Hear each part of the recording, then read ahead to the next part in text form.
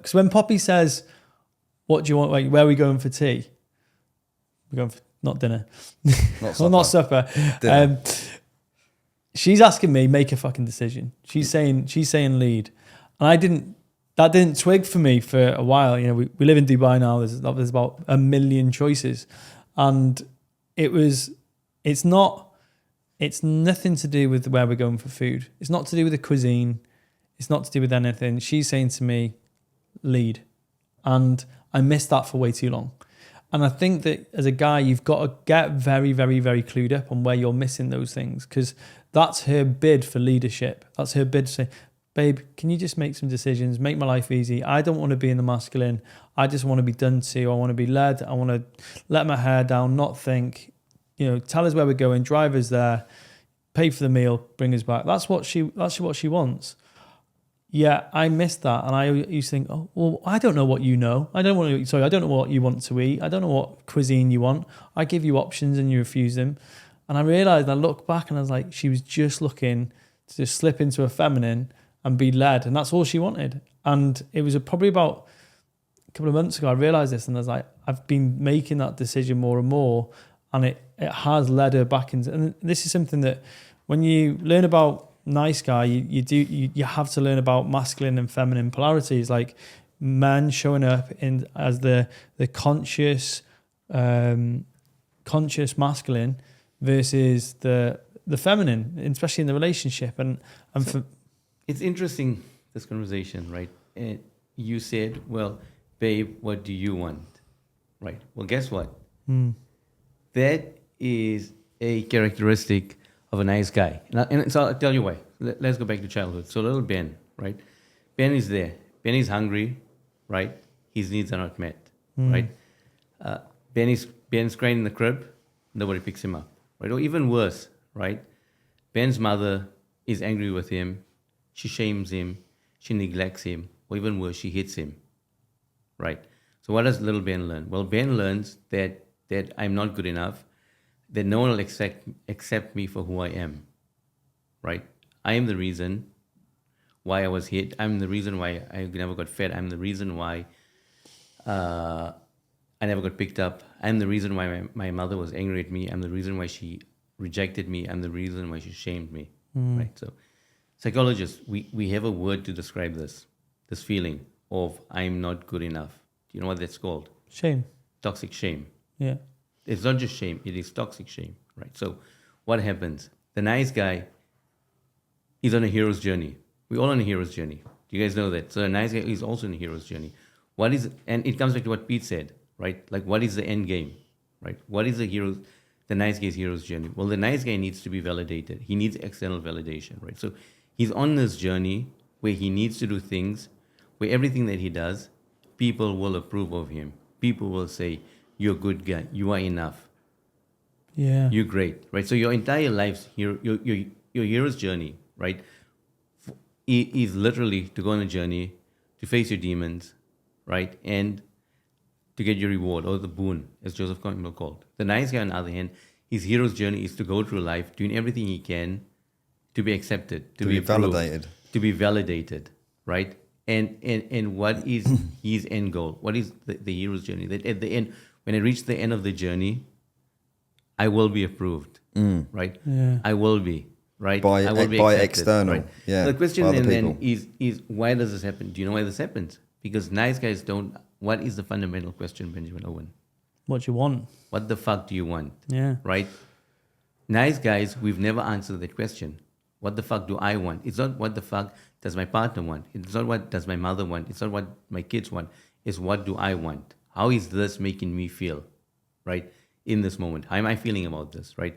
What makes me happy? Do you see that? Yeah. The nice guy, because he so wants to be validated, he so wants to be accepted, he so wants to be approved, that his entire his entire state of being, right, is around, well, it's not about what I want. Fuck what I want. I'm not important. It's what does my partner want? What would make my partner happy?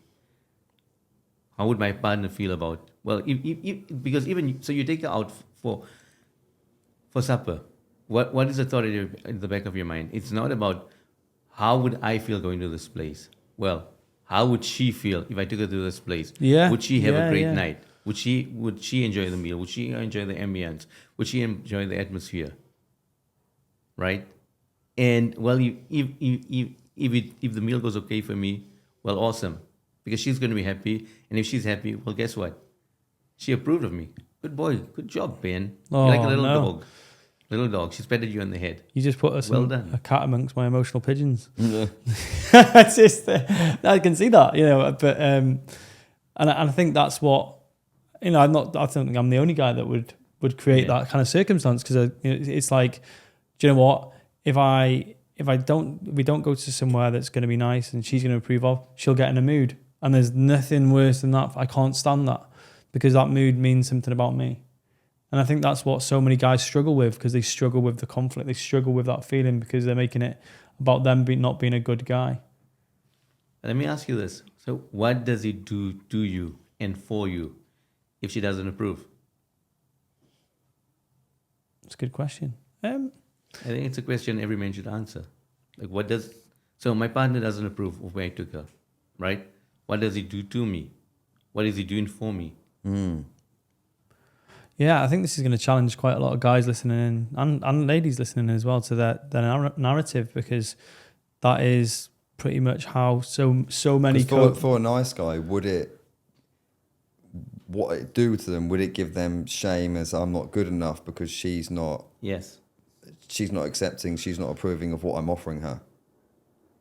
Yeah, and ultimately they're in a codependent relationship where they're both perhaps doing that for each other. Yeah. They're both like, that's kind of the perfect description of a toxic codependent relationship. I'll please you. I won't talk about it. I'll do things to get you to meet my needs, and you'll do the same for me, and we won't talk about it. That's codependency, right? Yeah. Where both people are trying to make the other person happy to meet their own needs, instead of saying, well, actually, you meet your needs, I'll meet my needs, and we can have a great relationship too. And I think that was something I didn't understand until I started really looking into the nice guy work. So how else might it show up in business? Like, we had a conversation yesterday where we're talking about provocation. Being very, because I think so many guys have had that, highly kind of supportive environment. But we were talking about yesterday is that not enough leaders, not enough men are around men to have their bullshit called and that challenged. Yeah. So I think in business, and me and Peter discussed this morning, right? So in the corporate world, what are you rewarded? Who is rewarded the most in the corporate world? The guy who fixes the problems. Yes, problem fixers, like literally, right? When you work in the corporate world, right, the number one thing that you're rewarded for, you're remunerated for, that you're patted on the back by your boss, is if you can fix problems, right? If you're a problem solver, fucking awesome. You are on a succession plan to the top, right? So guess what? And I said this to Pete. Yeah. Pete's identity is what?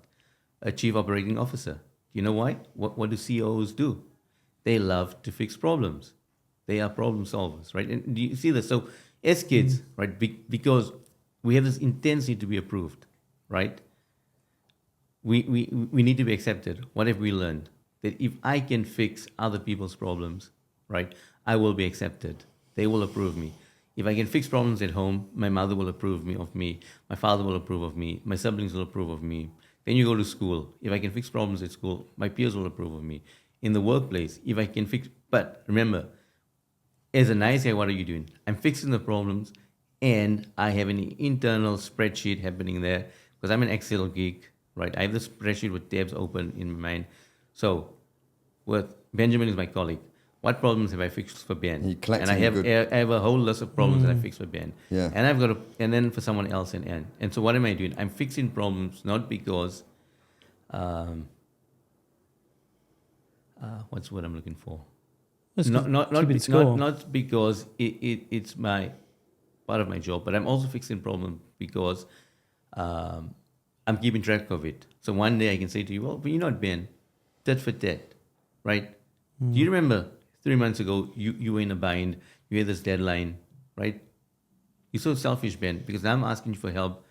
You can't help me. But do you remember 3 months ago when I said work until 1 o'clock in the morning on your presentation? You see this?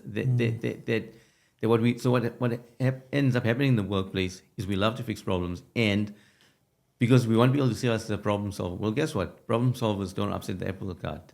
They're never in conflict with anyone. They won't tell someone, right, what the issue is. And we think as problem solvers, we have a high standard of performance, right? My standards of operating are fucking high, right? But guess what? But because I know that it would be in your interest, Ben, to actually operate at my level, but I don't do that. Because if I had to challenge you in your work standard, you might not approve of me. You might not accept me for who I am, right? So what do? I do the work for you. I'll do the work for you, right? Yeah. And I'm actually doing you a disservice that I'm not holding you to the same standards that I've set for myself. Because as a nice guy, I'm also a fucking perfectionist, right? Because I believe that if I'm not a perfectionist, no one will. My boss won't approve of me. She'll reject me. The company will abandon me. I'll get fired. What does firing mean? If you fired, the company has literally abandoned you. And because my sense of identity is literally tied in to my work, I fucking need people at work to approve of me, to accept me.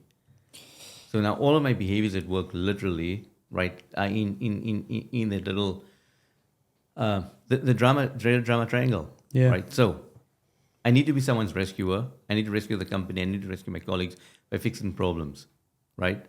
Well, guess what? But on the other hand, I also see, well, people are taking advantage of me. People are persecuting me, right?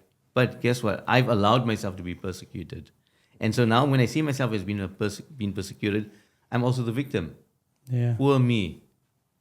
It's the same like when I was growing up. Poor me. My mother abandoned me. She rejected me. She yelled at me. She shamed me. She neglected me. She never fed me.